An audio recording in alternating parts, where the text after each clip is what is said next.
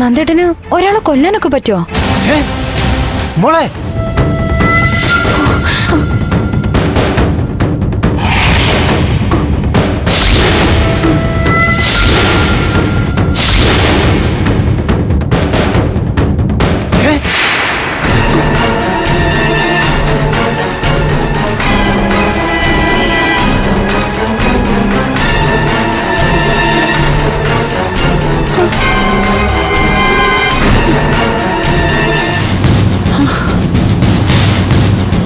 എന്തായി കേക്കുന്നേ?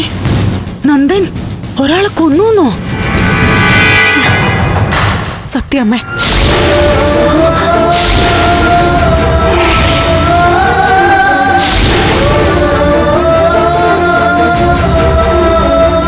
നിങ്ങള് വിഷമിക്കൊന്ന് മനസ്സിലാക്കിയതുകൊണ്ടാ എല്ലാം മറച്ചു വെച്ചത്. എന്തൊക്കെയായി കേക്കുന്നത് മോളെ? എന്തായാലും നാളെ പത്രത്തിലും ചാനലിലും ഒക്കെ വാർത്ത വരും. അപ്പോ അമ്മയും അച്ഛനും ഒക്കെ അതെന്തായാലും അറിയുമല്ലോ. അരുന്ധതി മാഡത്തിന്റെ മകൻ ഋഷിയെ കാണാനില്ലെന്നും പറഞ്ഞ് അന്വേഷണം നടക്കായിരുന്നില്ലേ? നന്ദുവിന് ഒരബദ്ധം പറ്റിയതാ.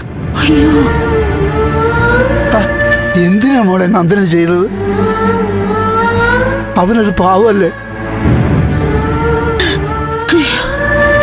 ഇല്ലില്ല, നന്ദന ഒരിക്കലും ചെയ്യില്ല, എനിക്ക് ഉറപ്പാ. എന്റെ ഈശ്വര, നന്ദേട്ടൻ തന്നെയാ അച്ഛ കുറ്റം ഏറ്റെടുത്തത്. പ്രഭ ആന്റിയെ ഋഷി ആക്ഷേപിച്ച് സംസാരിച്ചതിന് നന്ദേട്ടൻ ചോദിക്കാൻ പോയതാ. പിന്നെ വഴക്കും ബഹളം ഒക്കെ ആയി. അബദ്ധത്തിൽ സംഭവിച്ചതാ. പക്ഷേ അബദ്ധമായാലും അറിഞ്ഞുകൊണ്ടായാലും ഒരു ജീവൻ നഷ്ടപ്പെട്ടു.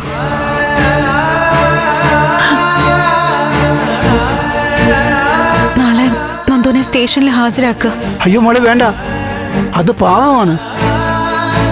നന്ദൻ ഒരാളുടെയും ജീവൻ എടുക്കില്ല, അവനെ രക്ഷിക്കുക വേണ്ടത്. എന്തായാലും നിന്റെ കഴുത്തി താലി കെട്ടിയ ആളല്ലേ?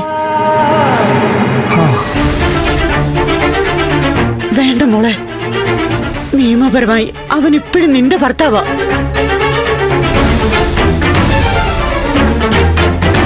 ദൂരെ എവിടെയെങ്കിലും പോയി നന്ദൻ രക്ഷപ്പെട്ടോട്ടെ. പറ്റില്ലമ്മേ.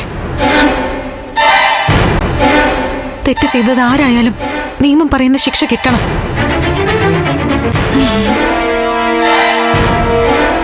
ഒരു കുറ്റവാളിയെ രക്ഷിക്കുന്നതും കുറ്റം ചെയ്യുന്നതിന് തുല്യമാ. ജഡ്ജി ഹരികൃഷ്ണൻ സാറാ കാര്യങ്ങളൊക്കെ ചെയ്യുന്നത്. അദ്ദേഹമാ നന്ദേട്ടനെ സ്റ്റേഷനിൽ ഏൽപ്പിക്കാൻ പറഞ്ഞ്. ഏത് ജഡ്ജിയായാലും സമ്മതിക്കരുത് മോളെ. വേണ്ട.